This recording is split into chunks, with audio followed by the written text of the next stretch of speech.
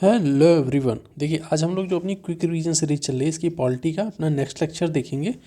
देखिए पीटी बहुत पास आ रहा है तो फटाफट हम लोग को कंप्लीट करना होगा। और पीटी के क्वेश्चन देखिए हम लोग डिस्कस कर रहे हैं ना, आप लोग एक बार पूरी सीरीज देख जाइए, फिर एमसीक्यू स्टार्ट करिए, क्वेश्चन लगाइए, फिर आप लोग एक बार वीडियो देख जाएंगे तो क्या होगा कि इससे पीटी के जो भी क्वेश्चन आएंगे अभी आप सॉल्व कर रहे होंगे तो जो पीछे वाले हम लोग पढ़ा चुके हैं उससे बाहर का कोई एमसीक्यू या कोई क्वेश्चन आपको नहीं मिल रहा हुआ है पीटी से रिलेटेड। ठीक है, तो आप लोग लगाते रहिए, पढ़ते रहिए जितना, और भी अगर कोई दिक्कत आ रही है तो कमेंट बॉक्स में ज़रूर बताइएगा। चलिए नेक्स्ट लेक्चर हमारा आज आपातकालीन प्रावधान देखेंगे। काफ़ी क्वेश्चन आते हैं यहाँ से, और स्टेट पीसीएस में और यूपीएससी में जहाँ जहाँ से क्वेश्चन आते हैं उसको लोग डिटेल में डिस्कस भी करते चलेंगे साथ में। देखिए पहला तो यही पूछ लेते हैं कि भाई कहाँ पे दिया गया है। तो भारतीय संविधान के भाग 18 में अनुच्छेद 352 मतलब 352 से 360 के बीच आपातकाल की परिकल्पना मतलब दिया गया है। आपातकाल बिना किसी औपचारिक संविधान संशोधन के संघीय व्यवस्था में एकात्मक व्यवस्था में परिवर्तित कर दिया। ठीक है, मतलब कह रहे हैं कि भाई आपातकाल जब लगता है तो बिना किसी मतलब कि कोई भी बिना कॉन्स्टिट्यूशनल चेंज या किसके डायरेक्ट क्या होता है, जो हमारी संघात्मक शासन व्यवस्था वो एकात्मक में कन्वर्ट हो जाती है। क्यों? क्योंकि उसमें सेंट्रल या केंद्र के हाथों में पावर ज़्यादा आ जाती है। यहाँ पे कह रहा एक ही क्वेश्चन बन जाता है कि आपातकाल का प्रावधान भारत शासन अधिनियम 1935 से लिया गया। ठीक है, अब देखिए आपातकाल लगाया क्यों जाता है। कभी कभी देखिए एक बार ऐसे क्वेश्चन बन जाते हैं इसको कि ऐसे आपातकाल क्यों लागू किया जाता है। उसमें दिया जाता है कि भाई संप्रभुता के लिए, एकता के लिए, अखंडता के लिए, ठीक है, शासन को सुचारू रूप से चलाने के लिए। तो ऐसे all of the above answer हो जाएगा। तो उसी तरह से यह है कि संप्रभुता, एकता, अखंडता ये सब सुनिश्चित करने के लिए आपातकाल की उद्घोषणा की जाती है।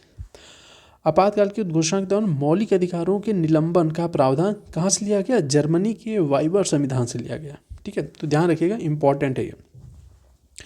और देखिए आपातकाल 3 प्रकार के होते हैं। जाहिर सी बात है कि 352 युद्ध, बाह्य आक्रमण, सशस्त्र विद्रोह के कारण आपातकाल। ठीक है, इसको राष्ट्रीय आपातकाल भी कहते हैं।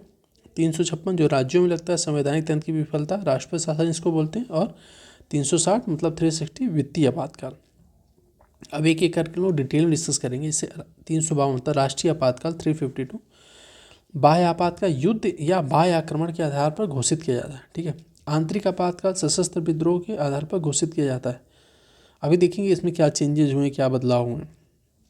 एक एक कर देखिए। राष्ट्रीय आपातकाल की घोषणा का आधार अनुच्छेद 352 राष्ट्रपति आपातकाल की घोषणा कर सकता है यदि संपूर्ण भारत में अथवा इसके किसी भाग की सुरक्षा को युद्ध, बाह्य आक्रमण, सशस्त्र विद्रोह से खतरा हो अथवा इन घटनाओं से पूर्व भी आपातकाल की घोषणा की जा सकती है। ठीक है, इसमें संशोधन क्या हुआ, संशोधन से क्वेश्चन आते हैं इसलिए हम लोग डिस्कस करेंगे।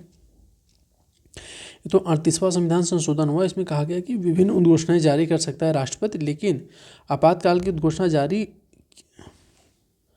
होगा कि भाई इस आधार पे जो है, जो हम लोग डिस्कस किया कि इतनी कारणों पे राष्ट्रपति जो है आपातकाल की घोषणा कर सकता है।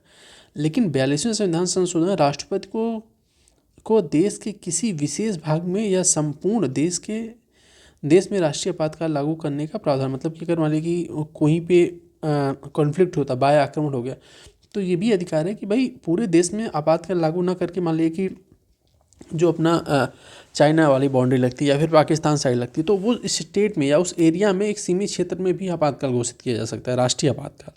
ठीक है, ये नहीं कि पूरे इंडिया में अप्रोच कर दिया जाए। बट सबसे बड़ी चेंजेज जो हमारा इंपॉर्टेंट ये 44वां संविधान संशोधन, यहाँ से खूब सारे क्वेश्चन आए। क्या है कि आंतरिक अशांति को सशस्त्र विद्रोह शब्द से विस्थापित कर दिया गया। ठीक है, कि पहले हमारे में एक था कि अगर सशस्त्र विद्रोह हो रहा है तो उसके आधार पर, सशस्त्र विद्रोह के आधार पर क्या हो सकता है, आपातकाल लागू किया जा सकता है। लेकिन अब क्या कर दिया गया कि आंतरिक अशांति को क्या कर दिया गया, इसको सशस्त्र विद्रोह शब्द से विस्थापित कर दिया गया। तो यहाँ पे देखिए, यहाँ से सबसे ज़्यादा क्वेश्चन बनता है, इसको डिटेल में देख लेते हैं। इसमें क्या है कि हमारे जो मूल संविधान था उसमें सशस्त्र विद्रोह की जगह जो है क्या था, सशस्त्र विद्रोह की जगह आंतरिक अशांति। ठीक है, आंतरिक, अरे वही है कि यहाँ पे ये देखिए जो हमारे मूल संविधान था ना उसमें जो है आंतरिक अशांति के आधार पर आपातकाल लगाने का प्रावधान किया गया। अब आंतरिक अशांति बहुत ही ब्रॉड शब्द है, तो इसका ये था कि कोई भी कभी भी लगा सकता था आपातकाल। तो आंतरिक अशांति की जगह पे अब क्या कर दिया गया, अब उसके जगह पे कर दिया गया सशस्त्र विद्रोह। ठीक है, तो आंतरिक अशांति शब्द को हटा दिया गया। 44वें संविधान संशोधन ने 1978 के द्वारा आंतरिक अशांति को हटाकर उसके स्थान पर क्या कर दिया गया, सशस्त्र विद्रोह शब्द उल्लेखित कर दिया गया। कौन से संविधान संशोधन, 44वें संविधान संशोधन। तो अगर आप PYQ क्वेश्चन देखेंगे तो यहाँ से बहुत सारे शब्द आपको देखने को मिलेंगे। ठीक है, बस ये अब ध्यान रखना है कि हमारे संविधान में पहले आंतरिक अशांति शब्द था, ठीक है, अब उसको हटाकर उसके स्थान पर कर दिया गया सशस्त्र विद्रोह। ठीक है, सिंपल सी चीज़ है। किसके संविधान संशोधन, तो 44वें संविधान संशोधन के थ्रू। ठीक है, चलिए अगर उसमें मंत्रिमंडल की क्या भूमिका हो जाती है, तो पहले ये था कि वास्तविक संविधान में कैबिनेट की भूमिका का उल्लेख नहीं किया गया था, लेकिन अब हम लोग देखिए ये वाला सेक्शन हमारा 44 अमेंडमेंट वाला है। ठीक है, तो वर्तमान में राष्ट्रपति आपातकाल की घोषणा केवल, ध्यान रखिएगा यहाँ पे केवल बहुत ही इंपॉर्टेंट है, मंत्रिमंडल की लिखित सिफारिश के आधार पर कर सकता है। इससे पहले केवल अगर मंत्रिमंडल या फिर राष्ट्रपति के कहने पे ही अगर कह दें कि, तो राष्ट्रपति क्या करते थे, आपातकाल घोषित कर देते। लेकिन अभी प्रेजेंट टाइम में क्या हो गया है कि जो पूरा कैबिनेट मंत्रिमंडल है उसकी लिखित, ध्यान रखिएगा, लिखित अगर सिफारिश करेगा तभी राष्ट्रपति शासन या राष्ट्रीय आपातकाल लागू किया जाएगा। ठीक है, अब न्यायिक समीक्षा, राष्ट्रीय आपातकाल के संबंध में न्यायिक समीक्षा का कोई स्पष्ट प्रावधान पहले नहीं था। ठीक है, मूल में इसमें क्या कहते हैं, राष्ट्रीय आपातकाल की न्यायिक समीक्षा से बाहर रखा गया था। किसमें, ये कौन सा सेक्शन है, 38वें संविधान संशोधन के थ्रू।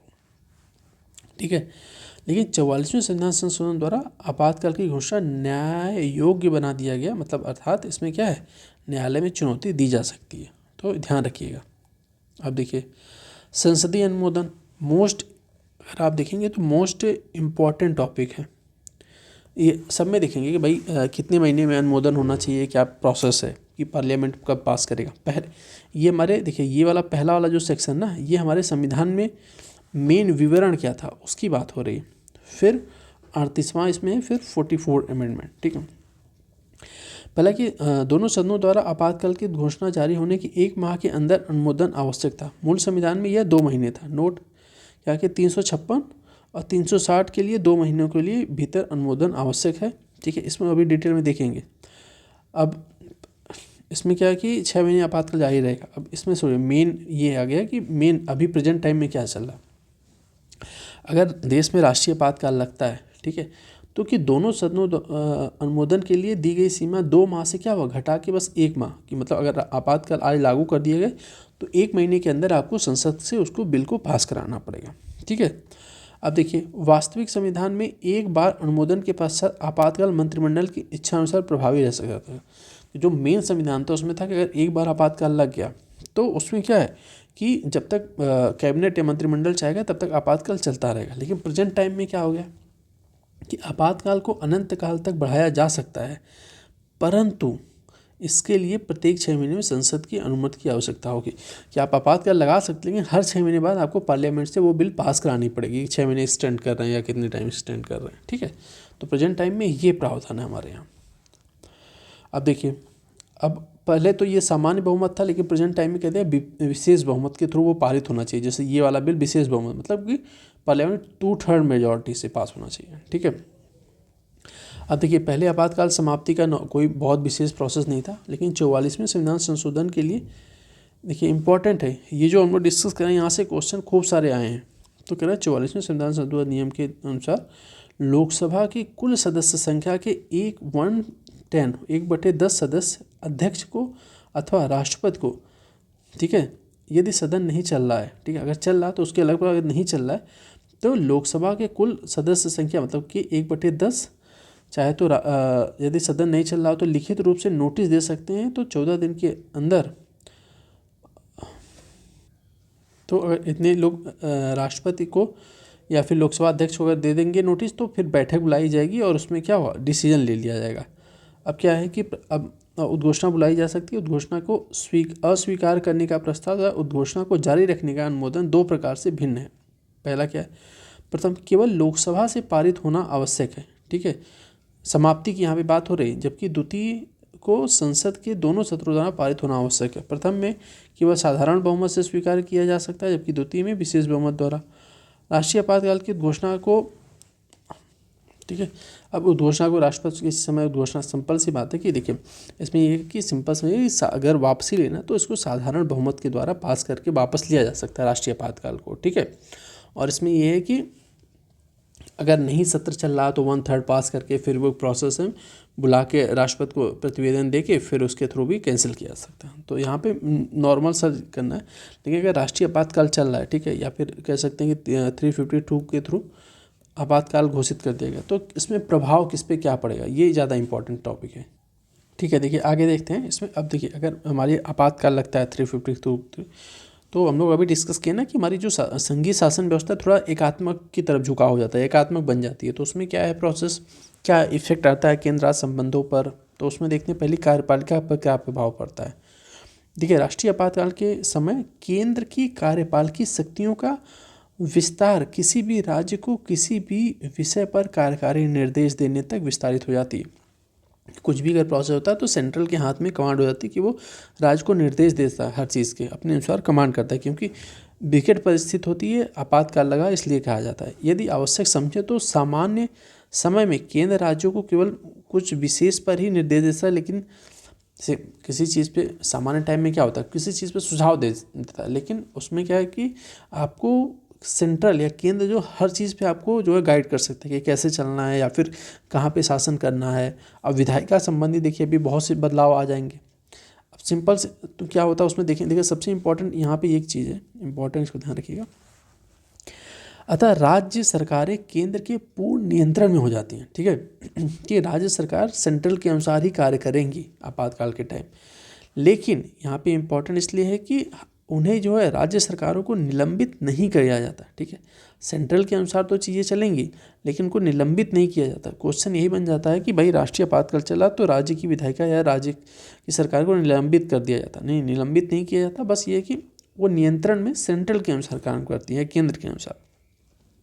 और देखिए विधायिका पर क्या इफेक्ट पड़ेगा कि राष्ट्रीय आपातकाल के समय संसद को राज्य सूची के अंतर्गत आने वाले किसी भी विषय पर कानून बनाने की शक्ति प्राप्त हो जाती है, ठीक है। ध्यान रखिए किसी भी विषय पर, चाहे वो राज्य सूची का विषय हो तो उस पर भी कानून बना सकता है।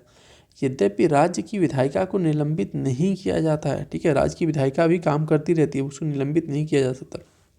सबसे ज़्यादा क्वेश्चन इसी टॉपिक से बनते हैं, उसमें कह देते हैं कि राज्य की विधायिका को निलंबित कर दिया जाता, नहीं, निलंबित नहीं किया जा सकता, लेकिन निलंबित नहीं किया जाता, लेकिन ये कि कानून जो है सेंट्रल राज्य सूची के विषय पर भी बना सकता है। यह संसद की असीमित शक्ति का प्रभाव है, अतः संविधान की संघीय के स्थान पर क्या होता है, एकात्मक हो जाता है, ठीक है। अब देखिए आपातकाल की अगर समाप्ति हो जाती है तो जो कानून बनाए गए हैं वो 6 माह तक बस प्रभावी रहेंगे, ठीक है, आपातकाल की समाप्ति के बाद। यदि संसद सत्र में नहीं है तो राष्ट्रपति, ठीक है, अगर मान लीजिए संसद नहीं चल रहा है, आपातकाल लग गया, तो क्या होता है, राष्ट्रपति को राज्य सूची के विषय पर अध्यादेश जारी करने का भी अधिकार है, तो ध्यान रखिएगा।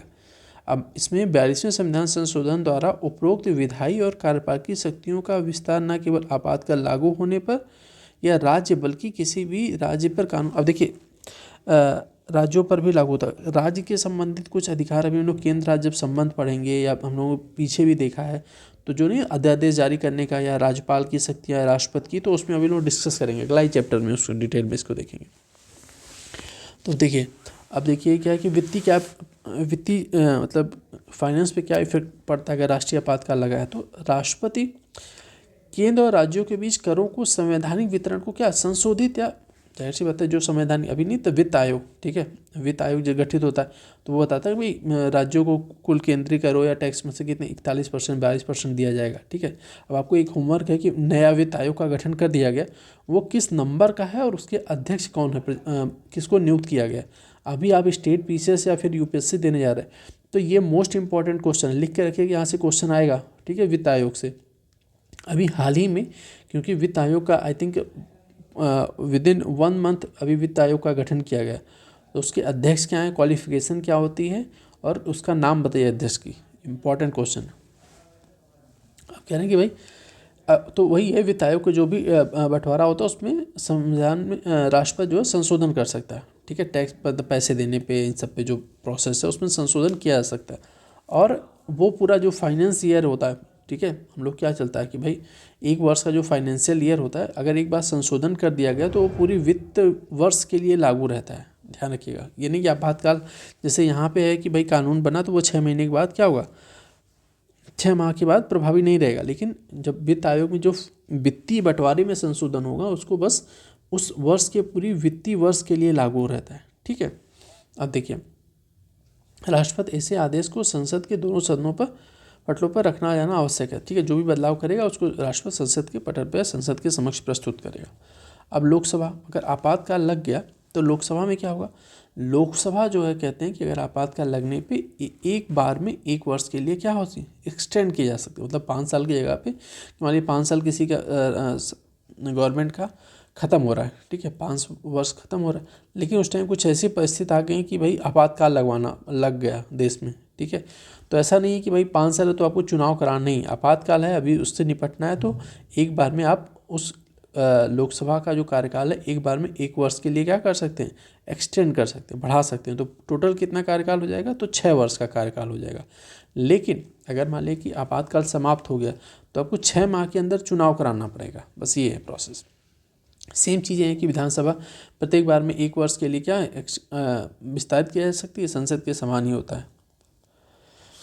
मौलिक अधिकारों पर क्या इफेक्ट पड़ता है, देखिए आर्टिकल 358, 359 दो चीज़ें पे लागू होता है, इसमें देखेंगे अभी।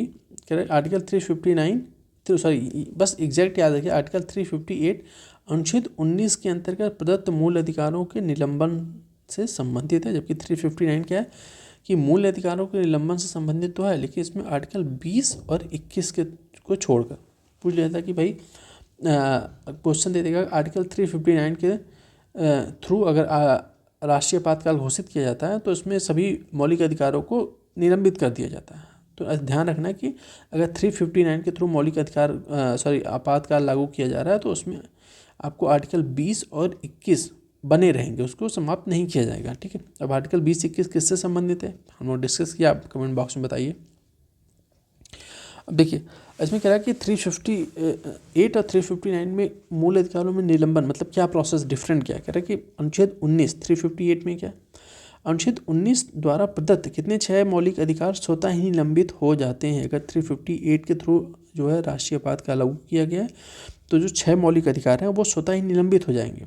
ठीक है, अब इसके लिए अलग से आदेश देने की आवश्यकता नहीं होती है, जबकि ठीक है अब आपातकाल, अब देखिए सिंपल सी चीज़ जो हमारे यहाँ मौलिक अधिकार है या इन सब पे एक चीज़ बता रहे हैं कि जो निलंबित कर दिया जाता है ना, सिंपल सी ऐसा नहीं कि वो कानून ख़त्म कर दिया जाता है अगर राष्ट्रीय आपातकाल या कुछ आपातकाल किसी भी लग रहा है। बस ये होता है कि अगर मान लिया कि उस टाइम कुछ ऐसी परिस्थितियाँ हैं कि भाई आपको फंडामेंटल राइट सब नहीं मिल पा रहा है, तो उसका जो प्रवर्तन मतलब आप ये नहीं कि जा सकते कि भाई न्यायालय चले गए आर्टिकल 32 के थ्रू या फिर 226 के थ्रू हाई कोर्ट कि भाई हमें ये फंडामेंटल राइट्स चाहिए या फिर हमारा वायलेशन हो रहा है तो हम सुप्रीम कोर्ट या हाई कोर्ट चले गए। बस उसका निलंबन या कह सकते हैं कि जो आपको सुप्रीम कोर्ट या हाई कोर्ट जाने का अधिकार होता है ना, वो अधिकारों का निलंबन कर दिया जाता है। ठीक है, तो उसको मतलब कि क्रियान्वयन का निलंबन होता है, आर्टिकल का निलंबन नहीं होता है, ध्यान रखिए। अब देखिए 359 में क्या है, 359 राष्ट्रीय आपातकाल की वही है कि मौलिक अधिकारों को इसमें हम लोगों ने देख लिया था कि 359 के थ्रू क्या होगा, आर्टिकल 20-21 जो है निलंबित नहीं होगा। ठीक है, मौलिक अधिकारों के निलंबन या तो आपातकाल की अवधि के या अल्प समयावधि के लिए किया जाता है। इस प्रकार सभी आदेश मंजूरी दोनों सदनों द्वारा, जाहिर सी बात है दोनों सदनों द्वारा इसको पारित या किया जाएगा। आर्टिकल 19 के अंतर्गत 6 मूल अधिकारों केवल युद्ध, अब देखिए जो ये 358 वाला सेक्शन, ये 359 वाला, तो 44वें संविधान संशोधन द्वारा क्या किया है कि आर्टिकल 19 के अंतर्गत आने वाले 6 मूल अधिकारों को केवल युद्ध, बाह्य आक्रमण के आधार पर घोषित आपातकाल की स्थिति में निलंबित किया जा सकता है। ठीक है, ध्यान रखिएगा कि युद्ध और बाह्य आक्रमण के आधार पर घोषित आपातकाल की स्थिति में निलंबित किया जा सकता है, जबकि सशस्त्र विद्रोह के आधार पर नहीं। ठीक है, तो आप क्वेश्चन आपको यहीं से बन जाएगा कि भाई आर्टिकल 358 के थ्रू जब इम्पोज किया जाएगा आपके ऊपर राष्ट्रीय आपातकाल तो उसमें जो है सभी युद्ध या सभी प्रकार के जो विद्रोह या हमारे पास 3 प्रावधान है आपातकाल लगवाने के, तो सब पे अगर लागू हो तो मौलिक अधिकार को निलंबित कर दिया जाएगा। नहीं, इसमें आपको सशस्त्र विद्रोह के आधार पर अगर आपातकाल लगता है तो उसके थ्रू आपको आर्टिकल 19 को निलंबित नहीं किया जाएगा। ठीक है, केवल आपातकाल से संबंधित विधियों को न्यायिक समीक्षा से सुरक्षा प्रदान की गई, अन्यथा अन्य विधियों से नहीं। ठीक है, कि हाँ बस वो इम्पोज करने वाला जो हम लोगों ने डिस्कस किया उसको कैंसिल किया जा सकता है, लेकिन अगर न्यायालय चाहे तो आपातकाल गलत तरीके से लगाया गया है या सही तरीके से, तो उसमें न्यायिक समीक्षा कर सकती है। लेकिन 44वें संविधान संशोधन के थ्रू ये देखिए 359 में क्या चेंजेस किए गए कि अनुच्छेद 20-21 के अंतर्गत प्रदत्त मौलिक अधिकारों को लागू करने के लिए न्यायालय में जाने के अधिकार को निलंबित नहीं किया जा सकता है। ठीक है, कि भाई तभी तो ये है ना कि इसके थ्रू आर्टिकल 20-21 चलता रहता है, तो आप इसके लिए न्यायालय जा सकते हैं। तो केवल आपातकाल से संबंधित विधियों को न्यायिक समीक्षा से सुरक्षा प्रदान की गई, अन्यथा नहीं। ठीक है, अब वही है कि केवल 359 केवल बाह्य आक्रमण के दौरान लागू होता है, न कि आंतरिक आपातकाल के समय। 350 बाह्य आक्रमण, ये चीज़ें सेम चीज़ें रिपीट हो रही हैं। ठीक है, अब देखिए समानताएं क्या हैं 358 और 359 में। इसमें यह कि केवल दोनों आपातकाल से संबंधित विधियों को न्यायालय में चुनौती देने से सुरक्षा प्रदान की गई। ठीक है, एक में आप चुनौती नहीं दे सकते, एक में आप 20 और 21 के लिए जो है सुप्रीम कोर्ट या हाई कोर्ट जा सकते हैं। इसमें यह है केवल दोनों के द्वारा संरक्षित कानून के अंतर्गत ही कोई कार्यकारी कदम उठाया जा सकता है। अब तक देखिए राष्ट्रीय आपातकाल कितने बार, 3 बार लगाया गया। पहला तो 62 में चीनी आक्रमण द्वारा, फिर 71 में पाकिस्तान युद्ध, 1975 में आंतरिक अशांति के आधार पर। ठीक है, देखिए इसी के कारण जो है क्या कर दिया गया, आंतरिक अशांति वाला जो सेक्शन था उसको हटा दिया गया है। 1975 के आपातकाल की जांच हेतु देखिए इसको, लेकिन क्योंकि इसको लेके काफ़ी विवाद हुआ इंडिया में, तो इसकी जांच के लिए एक शाह आयोग का गठन किया गया था। ध्यान रखिएगा, इंपॉर्टेंट पूछ लिए जाते हैं। तो शाह आपातकाल की घोषणा की और इन्होंने बताया कि वो न्यायसंगत नहीं था आपातकाल। ठीक है, देखिए अब यहाँ पे देखते हैं कि राष्ट्रपति शासन क्या होता है जब किसी राज्य में 356, 355, 365 के थ्रू लगता है। ये हमेशा चर्चा में बना रहता है और इम्पॉर्टेंट भी है। अब देखिए अनुच्छेद 355 कब लगेगा कि बाह्य आक्रमण आंतरिक अशांति से राज्य की सुरक्षा प्रदान करने के लिए उस राज्य में लगाया जा सकता है। लेकिन सबसे ज़्यादा इंपॉर्टेंट क्या होता है 356, क्योंकि ये बहुत ही ब्रॉड है और कई बार हमारे यहाँ जो राज्यों में मतलब राष्ट्रपति शासन कई बार लगा है, और किसके थ्रू ही लगा है, मैक्सिमम टाइम 356 के थ्रू ही लगा है। तो 356 राष्ट्रपति को इस संबंध में घोषणा जारी करने का अधिकार देता है कि वह आश्वस्त है कि ऐसी स्थितियां उत्पन्न हो गई कि राज्य सरकार संविधान के प्रावधानों के अनुरूप नहीं चल सकती है। ठीक है, राष्ट्रपति को अगर लगता है कि भाई जो राज्य सरकार है वो संविधान के अनुसार नहीं चल रही है, संविधान के अनुसार कार्य नहीं कर रही है, तो वो 356 के थ्रू वहाँ पे राष्ट्रपति शासन लागू कर सकते हैं। ठीक है, अब देखिए 365 यदि कोई राज्य केंद्र द्वारा दिए गए अब यहाँ पे ये भी है कि अगर राष्ट्रपति को लगता है कि जो केंद्र राज्य को निर्देश दे रहा है, ठीक है, अगर राज्य जो है केंद्र के अनुसार कार्य नहीं कर रहा है, निर्देशों का पालन करने में असफल है या नहीं कर पा रहा है और प्लस कानून का उल्लंघन हो रहा है, तो उसके आधार पर भी 356 लगाया जा सकता है या राष्ट्रपति शासन उस राज्य में इम्पोज किया जा सकता है। तो ये सब थोड़ा सा विवादित विषय रहे हैं। अब संसदीय अनुमोदन, अगर मान लिया कि भाई 352 के थ्रू लगा दिया गया राष्ट्रपति शासन, ठीक है, उसको देखिए 352 राष्ट्रीय आपातकाल बोलते हैं, इसको राष्ट्रपति शासन बोलते हैं। तो इसको क्या होगा, संसद में आपको 2 माह के भीतर इसको पार्लियामेंट में पास कराना होगा, जबकि राष्ट्रीय आपातकाल के टाइम का क्या टाइम पीरियड था, वो था 1 मंथ, विदिन 1 मंथ, इसको 2 माह के अंदर। ठीक है, अभी इसको हम लोग देख लेंगे एक चार्ट के थ्रू। राष्ट्रपति शासन को अधिकतम कितनी 6 महीने की होती है, राष्ट्रपति शासन की अधिकतम समय 6 माह की होती है। प्रत्येक 6 माह में संसदीय अनुमोदन के लिए अधिकतम 3 वर्ष के लिए बढ़ाया जा सकता है। ठीक है, आपने अगर माने संसद द्वारा एक बार में पास कर दिया गया तो वो 6 माह रहेगा। 6 माह समाप्ति के बाद अगर फिर राज्य में आपको राष्ट्रपति शासन लगाना है तो उसके लिए आपको फिर एक पार्लियामेंट के थ्रू, संसद के थ्रू एक बिल पास कराना पड़ेगा, फिर 6 महीना एक्सटेंड होगा, फिर पास कराना होगा 6 महीना। तो ऐसे ऐसे करते आप अधिकतम 3 वर्ष तक के लिए लगाया जा सकता है।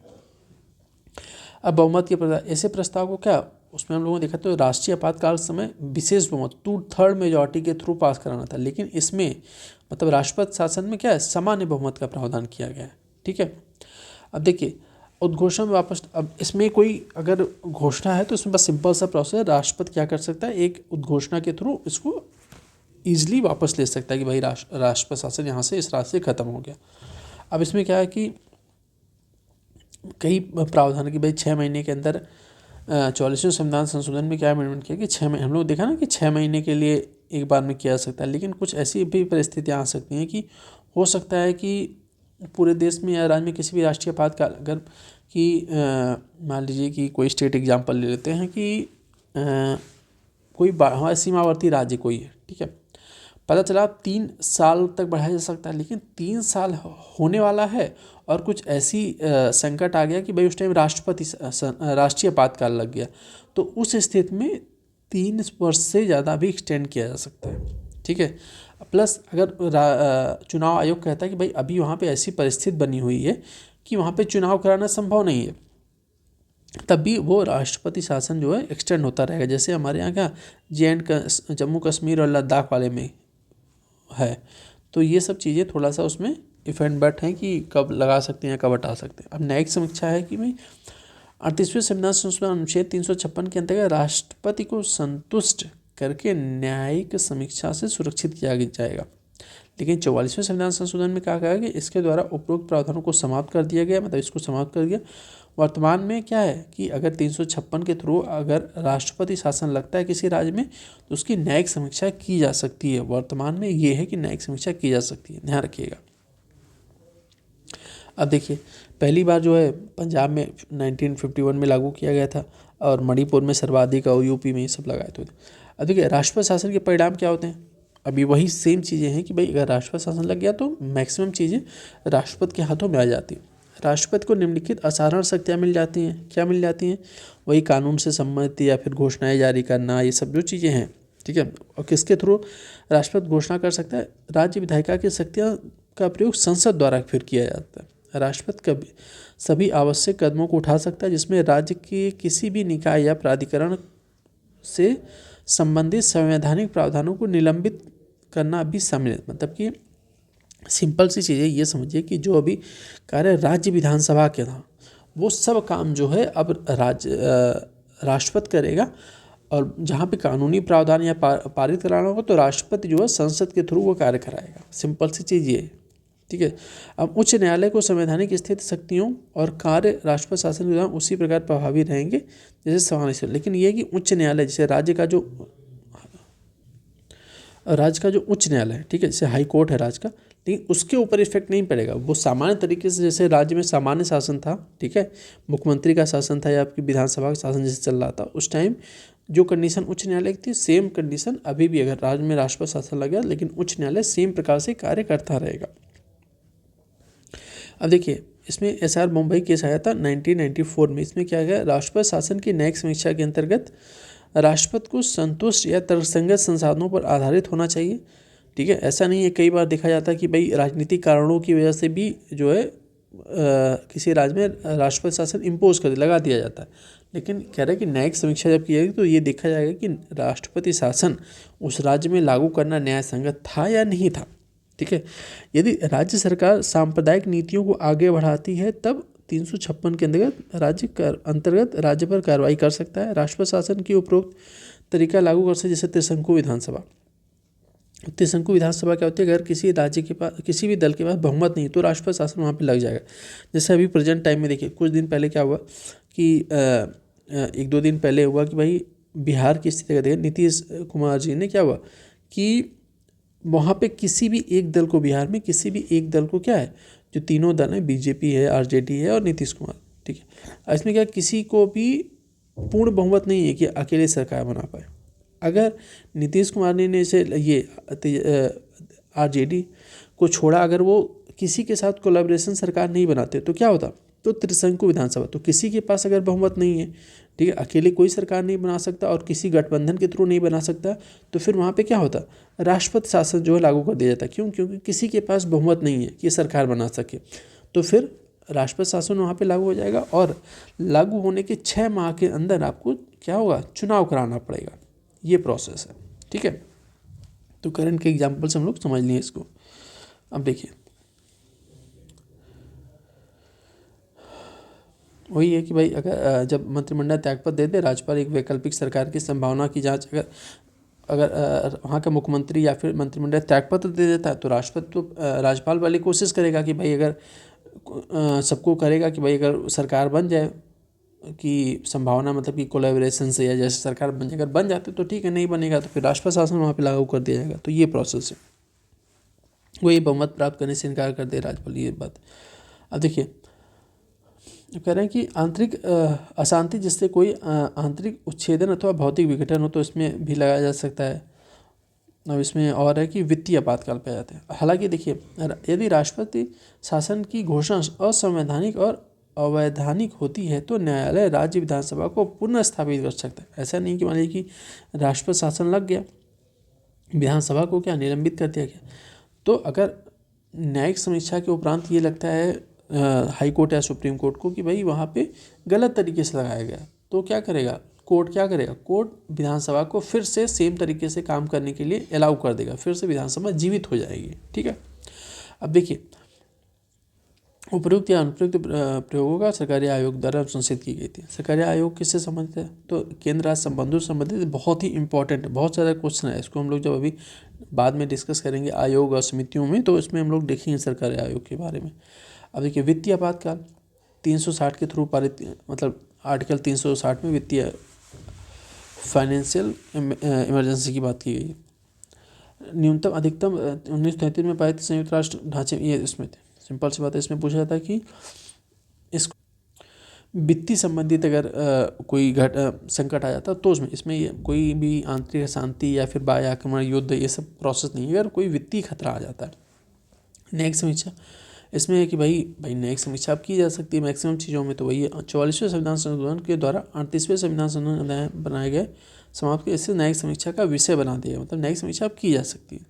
और एक बार में अगर इसमें भी अगर आपको वित्तीय आपातकाल लागू होता तो इसमें भी 2 महीने के अंदर आपको क्या होगा, पार्लियामेंट से पास कराना पड़ेगा। और एक बार इसमें पास होने के बाद क्या होगा, अनिश्चित काल के लिए लग सकता है। अब आपको फटाफट जब अनिश्चित काल बोलें तो आपको ये याद होना चाहिए कि भाई हम लोगों जब राष्ट्रीय आपातकाल लगेगा तो एक बार में संसद के थ्रू कितने मंथ में पास कराना पड़ेगा, प्लस राष्ट्रीय आपातकाल जब लागू हो तो संसद के द्वारा कितने मंथ में लागू पास कराना पड़ेगा बिल, और वित्तीय आपातकाल लागू के अंदर कि तो कितने मंथ या महीने के अंदर आपको संसद द्वारा बिल पास कराना पड़ेगा, प्लस एक बार में कितना लागू हो सकता है। तो ये यहाँ पे देखिए ये है इम्पॉर्टेंट। हालांकि पहले वित्तीय आपात खत्म कर देते हैं, ठीक है। तो वही है कि वित्तीय आपातकाल अभी एक बार हमारे यहाँ 1991 में एक संकट तो आया था, लेकिन अभी हमारे देश में कभी भी वित्तीय आपातकाल जो है लागू नहीं हुआ है। ठीक है। अब देखिए वित्तीय आपातकाल जब लागू हो तो जाहिर सी बात है कि उसमें लोगों के वित्त संबंधित या फिर चीज़ें लोगों की वित्तीय संबंधित जो सैलरी होती है या फिर कर या सब बंटवारा, उसमें चेंजेस किया जा सकते हैं। सबसे इम्पोर्टेंट चीज़ है कि इसमें राज्य में मतलब उच्चतम न्यायालय, उच्च न्यायालय के सभी न्यायाधीशों के वेतन और भत्ते में कटौती है तो राष्ट्रपति निर्देश जारी कर सकता है। मतलब हाई कोर्ट, सुप्रीम कोर्ट में जो जजेज हैं या फिर न्यायाधीश हैं, उनको भी वित्तीय आपातकाल के थ्रू उनके सैलरी या फिर वेतन भत्तों में कटौती की जा सकती है। अब सबसे ज़्यादा कंक्लूजन या निचोड़ हमारा ये है चार्ट। ठीक है, इसको आप रट डालिए, स्क्रीनशॉट ला के रख लीजिए, क्योंकि यहाँ से क्वेश्चन में निचोड़िए। 352 के थ्रू अगर राष्ट्रीय आपातकाल लगता है तो 1 माह के भीतर क्या संसद के थ्रू पास कराना पड़ेगा, किसमें, विशेष मतलब 2/3 मेजॉरिटी के थ्रू। समाप्ति कब होगी, राष्ट्रपति द्वारा केवल लोकसभा द्वारा संसदीय स्वीकृत या अस्वीकृत की आवश्यकता नहीं। ठीक है, संसद द्वारा मतलब दोनों सदनों के थ्रू पास करा के, यहाँ से समझिए कि ऐसा नहीं है भाई अगर आपको जो है राष्ट्रपति शासन लागू करने के लिए दोनों सदनों द्वारा पारित कराना पड़ा बिल 2/3 मेजॉरिटी से, लेकिन अगर आपको इसको समाप्त करना तो समाप्त करने के लिए जरूरी नहीं है आप संसद के दोनों सदनों से, बस इसको लोकसभा अगर पारित कर देती है साधारण बहुमत से तो इसको क्या होगा, समाप्त कर दिया जाएगा। और इस समय क्या, अनिश्चित काल के लिए।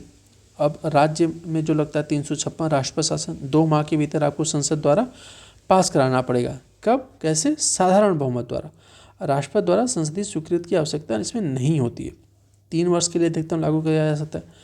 इसको भी वित्तीय आपातकाल है 360, 2 माह के भीतर संसद के थ्रू पास कराना पड़ेगा और अधिकतम अनिश्चित काल के लिए एक बार में लागू किया अगर पारित हो गया। ठीक है, साधारण बहुमत और राष्ट्रपति द्वारा संसदीय स्वीकृति की आवश्यकता नहीं, मतलब राष्ट्रपति सीधे इसको एक मतलब कि एक नोटिस जारी करके इसको वापस ले सकता है, इसको भी एक नोटिस जारी करके वापस ले सकता है। देखिए अब यहाँ से कुछ क्वेश्चन है, आप इसको देख लीजिएगा। नेक्स्ट है राज्यपाल और राष्ट्रपति। चलिए देखते हैं हमारा राष्ट्रपति और राज्यपाल, ये भी इंपॉर्टेंट चैप्टर है, क्वेश्चन काफ़ी आए हैं। अब देखिए हमारे यहाँ जाहिर सी बात है कि हमारे यहाँ क्या संसदीय शासन प्रणाली को अपनाया गया, और इसका संसदीय शासन प्रणाली इसका राष्ट्राध्यक्ष कौन होता है? राष्ट्रपति कार्यपालिका का औपचारिक प्रमुख होता है। ठीक है, कार्यकारी प्रमुख प्रधानमंत्री होता है, लेकिन औपचारिक प्रमुख राष्ट्रपति होता है। जितने भी कार्य होते हैं देश के नाम पे, वो किसमें? राष्ट्रपति के नाम से ही होते हैं। किसी देश से समझौता करना है, कोई बड़ा डिसीजन पार्लियामेंट के थ्रू, अगर किसी चीज़ को किसी मतलब नहीं होता कि डेलीगेशन आता है किसी कोई देश से, जितने भी समझौते होते हैं वो राष्ट्रपति के नाम पे ही होते हैं। क्यों? क्योंकि हमारे देश का प्रमुख राष्ट्रपति ही होता है। संविधान के भाग 5 में 352 से 368 का संविधान के भाग 5 में आर्टिकल 52 से 78 मतलब 52 से 78 में, तथा अनुच्छेद 148 से 151 में केंद्रीय कार्यपालिका के संबंध में प्रावधान किया गया। ये डायरेक्ट आपको रट डालना। अब देखिए यहाँ पे ये इंपॉर्टेंट है, संघ की कार्यपालिका में, ठीक है, कंफ्यूज नहीं होना कि संसद का पार्ट कौन है। यहाँ पे कह रहा है कि संघ की कार्यपालिका में राष्ट्रपति, उपराष्ट्रपति, प्रधानमंत्री, मंत्रिमंडल, अटॉर्नी जनरल तथा नियंत्रक एवं महालेखा परीक्षक को सम्मिलित किया जाता है। तो अगर संघ की कार्यपालिका अगर ऑप्शन में आता है तो कन्फ्यूज़न नहीं होना है। ठीक है, कि कौन शामिल हो सकता है उसमें, आपको संघ की कार्यपालिका दे दे और फिर लोकसभा और राज्यसभा और राष्ट्रपति ऑप्शन में भी दे दे, तो आपने संसद का पार्ट समझ के उसको मार दिया। नहीं, ध्यान रखना संघ की कार्यपालिका डिफरेंट होती है। संविधान के भाग 5 में अनुच्छेद 52 में कहा गया है 52 में कि भारत में एक राष्ट्रपति होगा। अनुच्छेद 1, ठीक है, 123 में राष्ट्रपति को क्या है? अध्यादेश जारी करने की शक्ति दी गई। इंपॉर्टेंट है, ध्यान रखिएगा, पूछा गया। राज्यपाल देखेंगे हम बहुत जगह क्या करेंगे, डायरेक्ट एक साथ करेंगे, कंपैरिजन करके पढ़ेंगे, जिससे चीज़ें याद हो जाती हैं जल्दी। अब देखिए राज्यपाल के बारे में देखेंगे तो संविधान के भाग 6 में अनुच्छेद संविधान के भाग 6 में अनुच्छेद 153, 167 के अंतर्गत वर्णित किया गया किसको? भाग 6 में राज्यपाल का, जबकि भाग 5 में राष्ट्रपति की बात की गई। अब इनको जो है राष्ट्रपति को 123, 123 के 3 अध्यादेश जारी करने की शक्ति दी गई, लेकिन राज्यपाल को भी अध्यादेश जारी करने की शक्ति किसमें है? 213 में अध्यादेश प्रख्यापित मतलब जारी करने की शक्ति दी गई। राज्य की कार्यपालिका में कौन आएगा? अभी हम लोग देखा संघ की कार्यपालिका। अब राज्य की कार्यपालिका में देखेंगे तो राज्यपाल, मुख्यमंत्री, मंत्रिपरिषद और राज्य के महाधिवक्ता एडवोकेट जनरल सम्मिलित होते हैं। तो ये ध्यान रखना है। अब देखिए राष्ट्रपति का निर्वाचन कैसे होगा? तो राष्ट्रपति का निर्वाचन अप्रत्यक्ष रूप से होता है, इनडायरेक्टली होता है। प्रत्यक्ष मतलब डायरेक्ट जनता द्वारा नहीं, जनता के चुने हुए प्रतिनिधियों द्वारा और उनके थ्रू किया जाता है। अब निर्वाचक मंडल क्या होता है? आर्टिकल 54 में। तो यहाँ पे हम लोग देखिए सबसे बड़ी बात यहाँ देख लिए कि केंद्रीय प्रदेश मतलब दिल्ली और पुडुचेरी को 70वें संविधान संशोधन 1952 के थ्रू इनको भी राष्ट्रपति के चुनाव में भाग लेने का अधिकार दिया गया है। ठीक है, और अगर देखिए सिंपल सी, अगर राष्ट्रपति का चुनाव कौन करता है, ये क्वेश्चन बहुत ही बार आया है कि राष्ट्रपति को चुनता कौन है। बस एक शब्द आपको याद रखना है, ट्रिक बता रहे हैं कि निर्वाचित। ठीक है, अगर आपने निर्वाचित, ठीक है, निर्वाचित चीज़ें याद रख ली तो सीधे आपको प्रॉब्लम सॉल्व हो जाएगी। कैसे? राष्ट्रपति के चुनाव में वही भाग ले सकता है जो निर्वाचित है। ठीक है, अब लोकसभा में जो निर्वाचित सदस्य हैं वो भाग ले सकते हैं। राज्यसभा में कौन है? निर्वाचित सदस्य हैं, वो भाग ले सकते हैं। मनोनीत या फिर जिसको नियुक्त किया जाता है, नहीं 12 सदस्यों को क्या होता है? राष्ट्रपति मनोनीत करते हैं। तो जो मनोनीत सदस्य हैं वो भाग नहीं ले सकते। प्लस राज्य विधानसभा में विधान सभा होती है, विधानसभा में भी मनोनीत जो सदस्य होते हैं वो भाग नहीं ले सकते, और उसमें भी बस निर्वाचित सदस्य ही भाग ले सकते हैं। ठीक है, तो जहाँ जहाँ जो निर्वाचित लोग हैं वही उसमें भाग ले सकते हैं। ठीक है, और हमारे यहाँ क्या है, विधान परिषद बहुत ही कम स्टेटों में है। ठीक है, तो ये ध्यान रखना कि जो विधान परिषद होती है, मतलब कि राज्य का उच्च सदन उसको बोलते हैं। तो राज्य की विधानसभा में निर्वाचित विधान परिषद के न तो निर्वाचित और न ही मनोनीत सदस्य हिस्सा लेते हैं। ठीक है, तो समझ में आ गया ना कि विधानसभा, लोकसभा, राज्यसभा और हर जगह निर्वाचित सदस्य। ठीक है, और अभी एक आपको होमवर्क है, मोस्ट इम्पॉर्टेंट होमवर्क है कि जो हमारे यहाँ 2 एंग्लो इंडियन की नियुक्ति होती थी उसको समाप्त कर दिया गया। किस आर्टिकल के थ्रू कब किया गया है? ठीक है, किस मतलब संविधान संशोधन के थ्रू किस हटाया गया कि अब नियुक्ति नहीं होगी एंग्लो इंडियन की। ये इंपॉर्टेंट है, ध्यान रखिएगा। तो निर्वाचित के थ्रू अब आपको पता चल गया ना। अब चुनाव कैसे होता है? तो चुनाव का पद्धति ये है राष्ट्रपति चुनाव में कि वहाँ पे आनुपातिक प्रतिनिधित्व प्रणाली के थ्रू एक आपको कोटा होता है कि 50+1 आपको वोट प्राप्त करना। मान लीजिए कि 3 लोग अगर चुनाव कर रहे हैं, जैसे कि ए हो गया, बी हो गया और सी हो गया, 3 कैंडिडेट हैं राष्ट्रपति के चुनाव के। तो आपको क्या करना है कि जो वोट डालने चुनाव देने जाएगा तो वो अपनी वरीयता देगा कि हो सकता है किसी ने दे दिया कि हम इनको पहले नंबर पे चाहते हैं, अगर ये बने, अगर ये नहीं जीत पाते तो ये बन जाए, ये नहीं जीत पाते तो ये बन जाए। ठीक है, फिर सेकंड वाला अगर जाएगा तो क्या करेगा, वो हो सकता है कि मान लीजिए कि दूसरा बंदा कहेगा कि हम इनको जो है इनको चाहते हैं पहले नंबर पे अगर राष्ट्रपति हो जाए, फिर कह हम इनको चाहते हैं ये दूसरे नंबर पे हो जाए, ये तीसरे नंबर पे, मतलब हमारा प्रेफरेंस पहला है कि इनको दिया जाएगा। अगर ये नहीं जीत पाते तो फिर ये राष्ट्रपति बने, ये नहीं जीत पाते तो ये। तो लास्ट में फिर काउंट होगा कि अगर मान लिया कि सभी ने वोट दिया, किसी ने 50+1 वोट पा लिया, ठीक है, टोटल चुनाव 50+1 पा लिया तो उसको विजयी घोषित कर दिया जाएगा।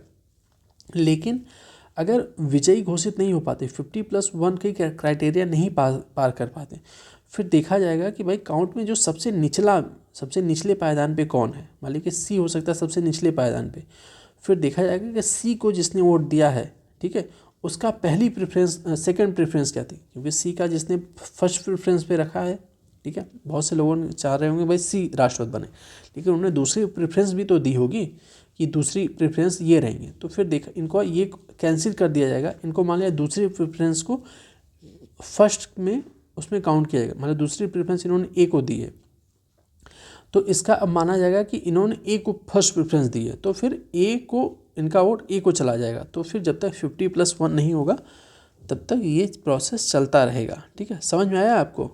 आप बताइएगा अगर नहीं आया राष्ट्रपति वाला तो बस नेक्स्ट वीडियो में फिर डिटेल में इसको एक वीडियो छोटा बना के डिस्कस कर लेंगे। ठीक है, अब देखिए न्यूनतम कोटा क्या है, वही वैध मतों की संख्या बताइए रिक्तियों की संख्या +1। न्यूनतम कोटा वही है। अब देखिए डिस्कस करें, न्यूनतम कोटा आपको 50+1 प्राप्त करना ही होगा। अब देखिए विधायक के मतों का मूल्य क्या होता है, राज्य की कुल जनसंख्या बताइए निर्वाचित सदस्यों की संख्या इंटू 1/1000, संसद का भी और निश्चित भाग वही जो प्राप्त कुल वैध मत प्लस 51 प्लस मतलब कुल वैध मत +1 + 2 मतलब कि जितने भी है इसमें। अब देखिए इसमें भी कोई भी विवाद या कुछ भी डिसीजन होता है तो आपको सीधे क्या ना सुप्रीम कोर्ट ही इसका निर्णय करेगी, ध्यान रखिएगा। और अगर मान लीजिए कि सुप्रीम कोर्ट कोई केस चला गया कि भाई जो राष्ट्रपति का चुनाव हुआ था वो अवैध या गलत तरीके से हुआ, ठीक है, मान लीजिए कि 1 साल बाद डिसीजन आता है राष्ट्रपति अपना कार्य कर रहे हैं और तो अगर मान लीजिए इनका घोषित जो चुनाव अवैध घोषित कर दिया जाता है, निरस्त कर दिया जाता है, तो इसमें ध्यान रखना कि जो राष्ट्रपति द्वारा 1 वर्ष में जो कार्य किया गया ना वो कार्य जो है उसको मान्यता रहेगी। ये नहीं कि कार्य भी उनका अवैध घोषित करते हैं, नहीं, कार्य उनके द्वारा किए गए कार्य मान्य रहेंगे। ठीक है, दूसरी चीज़ है कि एक चीज़ और यहाँ पे फैक्चुअल है कि अगर मान लीजिए कि जो राष्ट्रपति के चुनाव में निर्वाचक गण है, ठीक है, मतलब किसी राज्य की विधानसभा भंग है, ठीक है, विधानसभा वहाँ पे अभी नहीं है, तो इस आधार पर राष्ट्रपति का चुनाव कैंसिल नहीं किया जा सकता है कि वहाँ पे अभी क्या है कि वो विधानसभा नहीं है इंक्लूज है या फिर जो पूरा निर्वाचक गण पूरा नहीं हो रहा है। तो अगर किसी राज्य की विधानसभा भंग है या फिर नहीं वहाँ पे अभी चुनाव करने वाले कैंडिडेट हैं तो तब भी राष्ट्रपति का चुनाव होगा ही होगा। ठीक है, इस आधार पे अवैध घोषित नहीं किया जा सकता कि निर्वाचक मंडल क्या अपूर्ण है। अब देखिए अब यहाँ पे एक चीज़ है, अब मनोनीत सदस्य देखेंगे ना तो मनोनीत सदस्य राष्ट्रपति के चुनाव में भाग नहीं लेते। क्यों? हम लोगों ने देखा ना कि निर्वाचक, याद रखना निर्वाचित, तो निर्वाचित केवल भाग लेते हैं, बल्कि लेकिन जब महाभियोग लगेगा तो महाभियोग प्रक्रिया में ये भाग लेंगे मनोनीत वाले भी। यदि निर्वाचक मंडल अपूर्ण है, निर्वाचक मंडल में किसी भी सदस्य का पद रिक्त है ठीक है। तो राष्ट्रपति का चुनाव इस आधार पर क्या होगा, अवैध घोषित नहीं किया जाएगा। मान लिया कि अभी हो सकता है कि निर्वाचन कहीं पे कुछ सीट खाली हो, राज्यसभा में या लोकसभा में ही हो सकता है ना कि भाई बीच में किसी ने इस्तीफा दे दिया या किसी की मृत्यु हो गई तो वो सीट खाली हो गई मान लीजिए लोकसभा में, तो ये नहीं कह सकता कि भाई अभी सीट खाली है तो जब तक भरी नहीं जाएगी तो राष्ट्रपति का चुनाव होगा। नहीं, अगर खाली है तो कोई बात नहीं, चुनाव तब भी होगा राष्ट्रपति का। ठीक है, अब यहाँ तक आपको समझ में। अब देखिए नेक्स्ट जो सेगमेंट है बहुत ही इंटरेस्टिंग हम लोग देखेंगे, लेकिन इसको नेक्स्ट लेक्चर से देखेंगे। क्या करेंगे कि जितनी भी अभी जो चीज़ें हैं इसको हम पूरा राज्यपाल और राष्ट्रपति का कंपैरिजन करके पढ़ेंगे। और ये मतलब विश्वास रखिएगा, कंपैरिजन करके एक नए तरीके से हम लोग देखेंगे। अब कोशिश करेंगे जितने भी, जैसे कि यहाँ पे राष्ट्रपति राज्यपाल हो गया, फिर हम लोग प्रधानमंत्री और मुख्यमंत्री का देखेंगे। ठीक है, तो इस हिसाब से देखेंगे तो क्या होगा, चीज़ें कंपैरिजन करने पे चीज़ बहुत सी चीज़ें क्या सिमिलर है, कॉमन चीज़ें हैं, उससे चीज़ें आपको याद हो जाएंगी तुरंत एक ही बार। बस जो जो अंतर है थोड़ा सा उस पर फोकस कर लें। भाई राज्यपाल के अधिकार हैं, अच्छा ये राष्ट्रपति के हैं, राष्ट्रपति के हैं, राज्यपाल के पास नहीं है, तो ऐसे करने पर चीज़ आपको देखिएगा याद हो जाएंगी। सेम चीज़ें मुख्यमंत्री, प्रधानमंत्री, हर चीज़ अब सुप्रीम कोर्ट, हाई कोर्ट ऐसे करके देखेंगे तो चीज़ें आपको याद रहेंगे। ठीक है, चलिए नेक्स्ट लेक्चर में मिलते हैं। ज़रूर यहाँ से देखिएगा, इंटरेस्टिंग होगा और यहाँ से क्वेश्चन आपको फिर भूलेगा नहीं, गलत नहीं होगा। ठीक है, चलिए जैसा भी हो आप कमेंट बॉक्स में ज़रूर बताइएगा, और कुछ भी डाउट होता तो उसको हम लोग नेक्स्ट लेक्चर में क्लियर कर लेंगे। ठीक है, चलिए मिलते हैं नेक्स्ट लेक्चर में, तब तक के लिए धन्यवाद।